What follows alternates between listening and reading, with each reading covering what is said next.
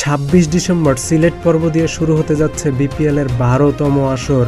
তবে বিতর্ক যেন পিছু ছাড়ছে না বিপিএল নিলামের ঠিক আগের দিনেই কোনো রকম প্রমাণ ছাড়া শুধুমাত্র সন্দেহ করে নিলাম তালিকা থেকে বাদ দেওয়া হয় এনামুল হক বিজয়, মোসাদ্দেক হোসেন সৈকত সহ মোট 9 জন ক্রিকেটারকে। এরপরেই মিডিয়াতে আসে বিজয়ের পেমেন্ট ইস্যু। বিপিএল এ দুর্বার রাজশাহীর কাছে বিজয়ের পাওনা বকেয়া রয়েছে 30 লাখ টাকা।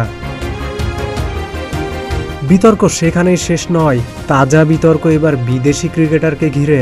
বিপিএল এর 11তম আসরে ড্রাফট থেকে $15,000 শ্রীলঙ্কার অলরাউন্ডার লাহিরু সামারাকুনকে দলে নেয় দুর্বার রাজশাহী, কিন্তু চুক্তি অনুযায়ী এখনো পর্যন্ত 1 টাকাও পাননি এই লঙ্কান ক্রিকেটার। মোবাইলে যোগাযোগ করা হলে সামারাকুন জানান, রাজশাহী টিম ওনার আমাকে হোয়াটসঅ্যাপে ব্লক করে দিয়েছে। বিসিবির সাথে বারবার যোগাযোগ করেছি। এক পর্যায়ে তারা আমাকে মাত্র $6,000 দিতে চেয়েছে, কিন্তু সেই টাকাটা এখনো পাইনি। I have some news that is you haven't received any payment. Is it correct or not? Yeah, you are correct. Because I haven't received any payment for last year. I drafted in 15,000 USD, but did not any receive for any payment for me. Another people is coming now, but still not any payment for me. Okay. I called the owner, and owner is already blocked in WhatsApp me. Yes. And I called BCB, but still not any good answer for me. What said BCB? Yeah, BCB said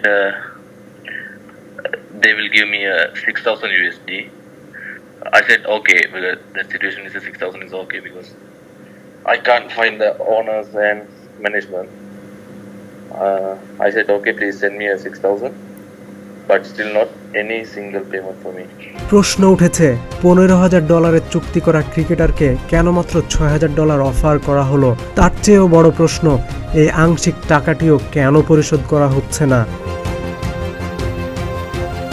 অন্যদিকে BPL governing কাউন্সিলের সদস্য সচিব ইফতেখার আহমেদ মিঠু আগেই জানিয়েছেন, direct signing প্লেয়ারদের দায় আমাদের নয়, আমরা শুধু ড্রাফট প্লেয়ারদের বিষয়টি দেখি। এ অবস্থায় দায় কার? দল মালিকের নাকি বিপিএল গভর্নিং কাউন্সিলের?